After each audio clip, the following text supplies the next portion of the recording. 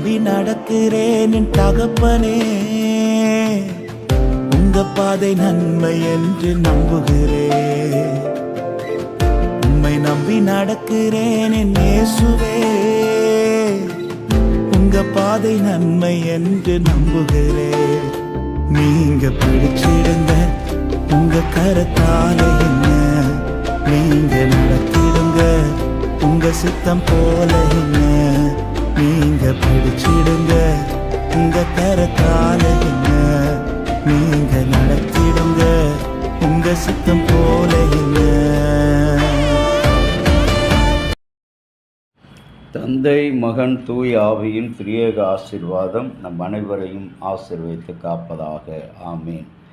கிறிஸ்துவுக்குள் பிரியமான அன்பு இறை மக்களே, கடவுளுடைய பெரிதான ஆசீர்வாதம் இந்த மாதம் 15ஆம் தேதி நம் அனைவரோடும் இருப்பதற்காக கடவுளுக்கு நன்றி செலுத்துவோம். இந்த நாளிலும் சிந்தனைக்காக நியாயாதிபதிகள் 13ஆம் அதிகாரம் 11வது வசனம். தன் மனைவியின் பின்னே சென்று அவனிடம் வந்து, இந்த ராத்திரியிலே இந்த நேரத்திலே இந்த ஸ்திரீயோடு பேசினவர் நீர்தானோ என்று அவனிடம் கேட்டான். அவன் நான் தான் என்றார். அன்புக்குரிய இறை மக்களே, ஆண்டவர் பேசுகின்ற ஆண்டவர். அவருடைய பேச்சு ஆவிக்குரிய பிள்ளைகளுக்கு மாத்திரம்தான் வெளிப்படும். இங்கே மனோவா கடவுளுடைய பக்தனாக இருப்பினும் அவன் தன் மனைவியோடு பேசினது யார் என்று சொல்லி கேட்க அவன் வாஞ்சை உள்ளவனாக இருந்தான். அவன் வாஞ்சை உள்ளவனாக இருந்தான் என்று சொல்லும் பொழுது இங்கே தன்னுடைய மனைவியோடு பேசினது நீர்தானோ என்று அந்த தேவதூதரிடம் கேட்கிறான். அவன் தேவதூதன் என்று அறியாத ஒரு மனிதனாக மனோவா காணப்பட்டதினாலே அவ்வாறு கேட்கிறான். இன்றைக்கு ஆதியாகம புஸ்தகத்தில் ஏதேன் தோட்டத்தில் ஆதாம் ஏவாள் வாழும்படி கடவுள் கட்டளையிட்ட உடன்படிக்கை செய்த அந்த குடும்பத்தில் பெண்ணோடு பேசின அந்த சாத்தான் அங்கே பெண்ணோடு சத்துரு பிசாசு உரையாடினான், சந்தித்தான். இங்கே வயலில் வேலை செய்து கொண்டிருக்கிற மனோவாவினுடைய மனைவியோடு பேசினது கடவுளுடைய தூதன்.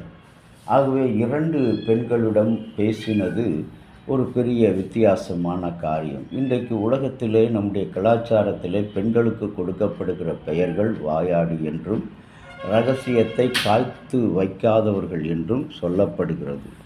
ஆனால் ஆண்டவருடைய பெரிய கிருபையினாலே இந்த இடத்திலே மனைவியோடு பேசினது யார் என்று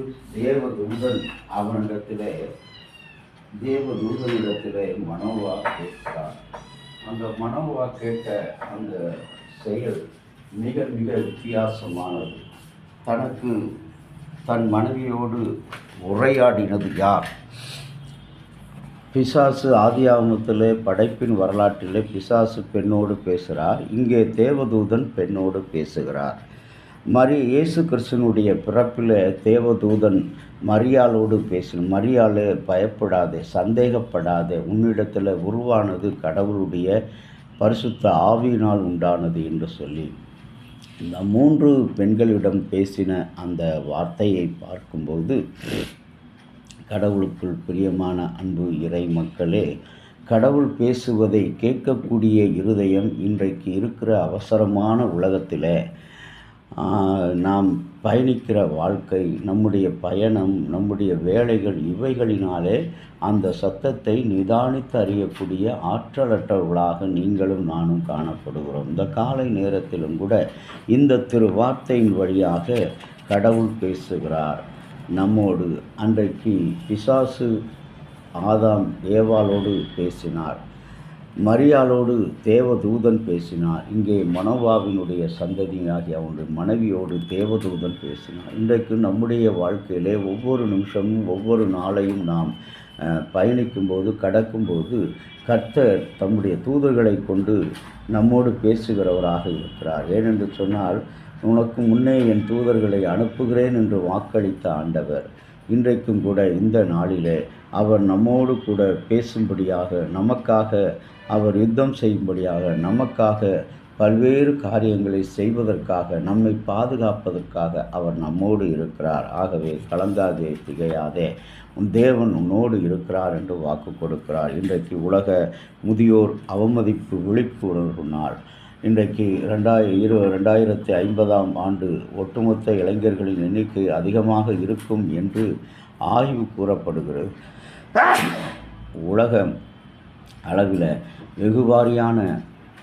பெருவாரியான முதியோர்கள் உடல் மற்றும் மன ரீதியிலே வன்கொடுமைக்கு ஆளாக்கப்படுகிறார்கள் என்பதையும் நான் அறிந்திருக்கிறோம்.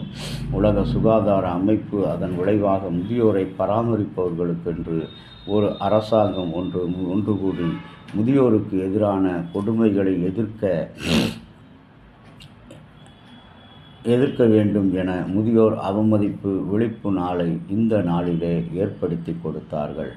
ஆகவே இன்றைக்கு நீங்களும் நானும் முதியோர்களும் தேவதூதர்கள் போன்று அவர்களுடைய சத்தத்தை நாம் கேட்டால், அவர்களுடைய குரலுக்கு செவி கொடுத்தால், நாமும் நம்முடைய சந்ததியினரும் ஆசீர்வதிப்போம். எங்கோ இருந்து வருகிற தேவதூதனுடைய சத்தத்தை கேட்க முடியாதது காரணம், அருகில் இருக்கிற நம்முடைய முதியோர்களினுடைய கடவுளுடைய பிரதிநிதியாக வைத்திருக்கிற அவர்களுடைய சத்தத்தை கேளாததினால்தான்.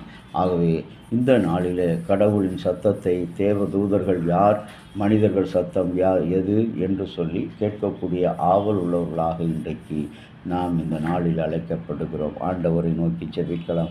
அன்புள்ள தகப்பனே, உம்முடைய இரக்கமும் கிருபையும் எங்களுக்கு கிடைத்ததுக்காக ஸ்தோத்திரம். இந்த நாளிலும் உம்முடைய தூதர்கள் மூலமாக இந்த வார்த்தைகளை எங்கள் வாழ்வில் கேட்கவும் சிந்திக்கவும் நீர் கொடுத்த அருளுக்காக நன்றி. தொடர்ந்து இந்த நாளை உம்முடைய சத்தத்தை, உம்முடைய தூதர்களுடைய வழிநடத்தலை கேட்டு